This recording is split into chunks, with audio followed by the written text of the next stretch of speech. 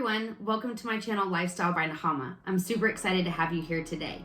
And of course, sticking with the theme for Halloween and my free hug shirt, today I decided to bring you not only my black cat, but some of the best haunted houses that are in our area. So if you're a haunted house person, you're going to want to stay tuned so that you can see all the ones that are going on this year. And so the top rated haunted house in the Austin area is House of Torment. I will make sure that I link all the haunted houses information below in the description. So make sure you go and check that out. So for House of Torment this year is Deadly Reflections. Mirror, mirror on the wall, who's the deadliest of them all? In the early 20th century, a nomadic Mary searched far and wide for the legendary mirror of Vidor that possessed the power of knowledge, wealth, and riches to those who peer. One night, she discovers a legendary artifact and takes one gaze. Unbeknownst to the vain and greedy Mary, the mirror only rewarded those with kind spirits and instead trapped the rotten and evil souls. The mirror broke and consumed her, leaving nothing but traces of blood. Bloody Mary's rage was too intense to contain, and to this day, her unrested spirit manifests itself through the mirrors with the deadly reflection ready to consume your soul. Okay, so I am scared of haunted houses. I don't like things that come and jump out at me. And I remember the story of Bloody Mary as a kid and the mirror, and I am not too into that one. My husband, I feel like would love this, but no. So if you think that Bloody Mary is your shtick, then you'll want to check this out.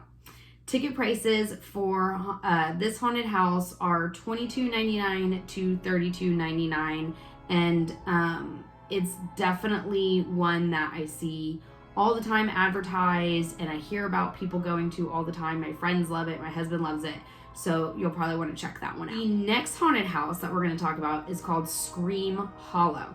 Now this one is actually in Smithville, which isn't too far, but it has 4 different haunted houses inside this one. So you really get a good bang for your buck on this one. They have the Mansion of Terror Coven, which is a wagon trail road into the Bastrop area before the cholera and Comanche Trail raids left many of the children without parents. A mysterious woman took the orphan children in. She built an orphanage among the towering pines, yielding plenty of wilderness for the children to play. The locals called her Saint Adela. Little did they know about who or what she really was. So this is about a woman who takes poor little orphans. So that's really kind of creepy. The next one is Lost Pines Asylum.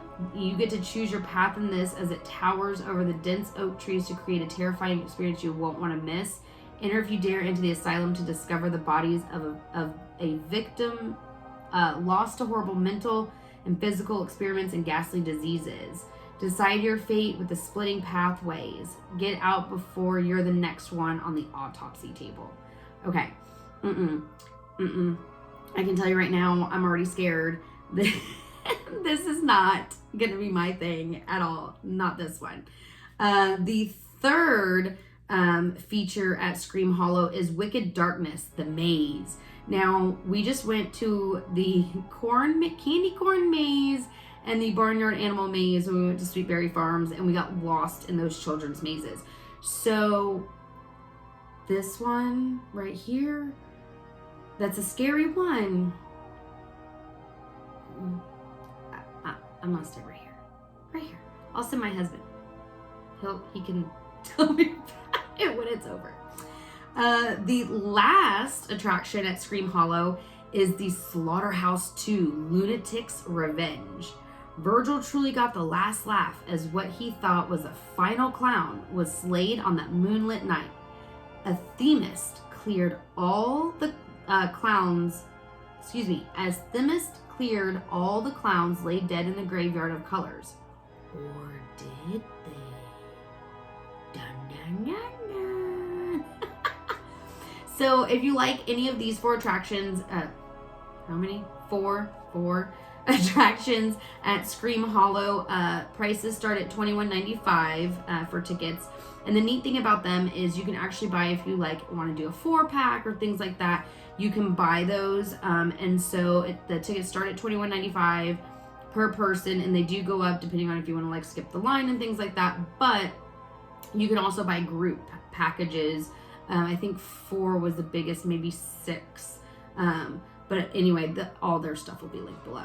So that is Scream Hollow. Our third haunted house that I saw is Fatal Fear Haunted House, and it has this year Mortis Manor.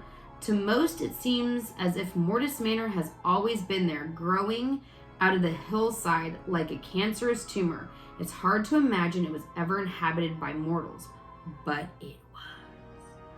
So this one also had the asylum listed as one of the attractions that you could go to in the haunted house, but there was no additional information on it at the time when I looked this up, and I was not seeing ticket prices. So maybe that has been updated since I last looked, but again, their information will be linked down in the description below, so you can check them out.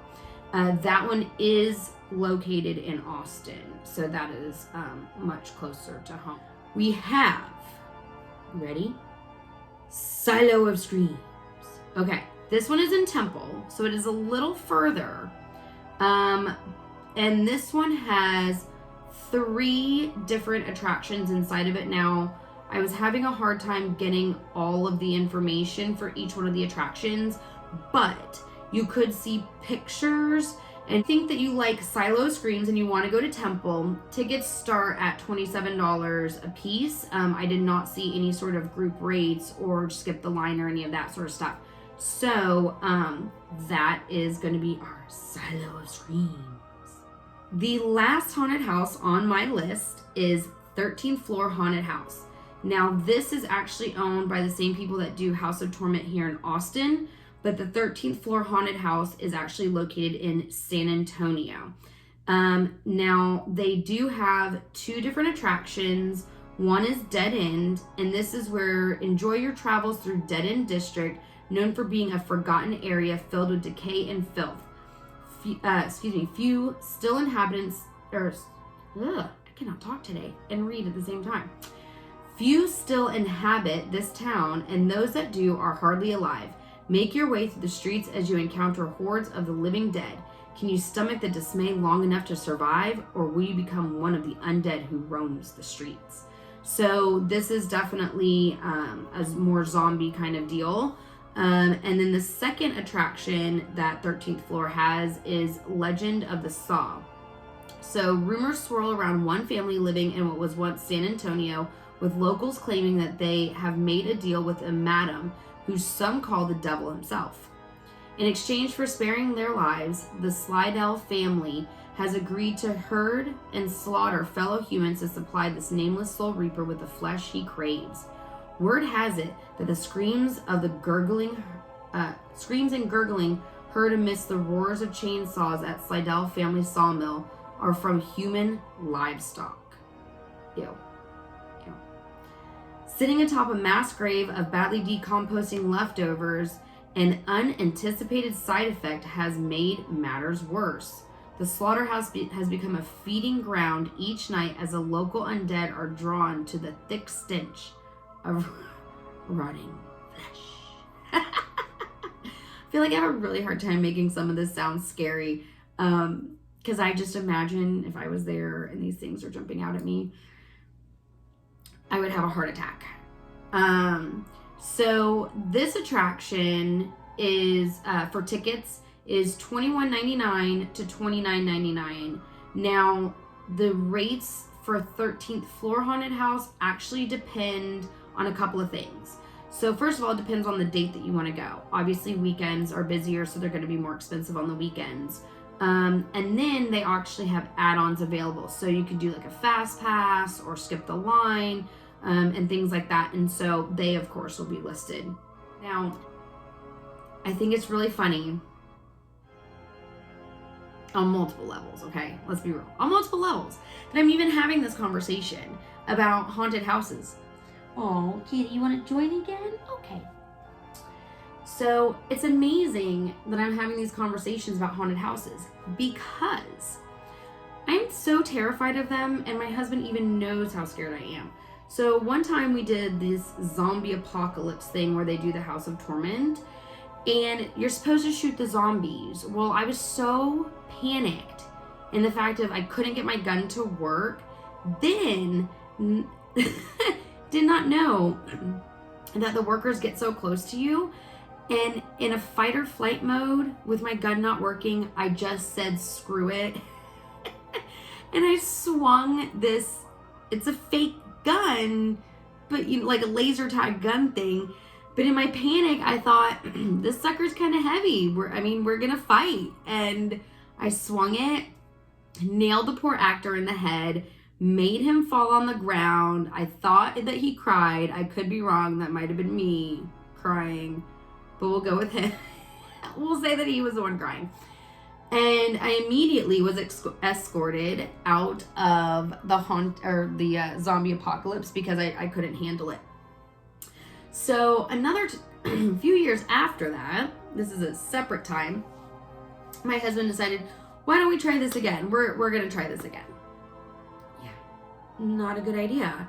So we're with a group of his friends from work, and we're going through the haunted house. And the whole time my face is like shoved in his back and my nails are clawed into him, and he's laughing, and the first boo, I'm like blood curdling screams. I think I'm gonna die. And he just finds it hysterical. So he thought, okay, instead of being toward the back, let's put her more toward the middle, then she might not be as freaked out. And no, none of it was good because I couldn't see anything. I just heard the screams and the sounds and whatever else was going on, and I did not like it. Did not like it at all. And that's okay. That's okay.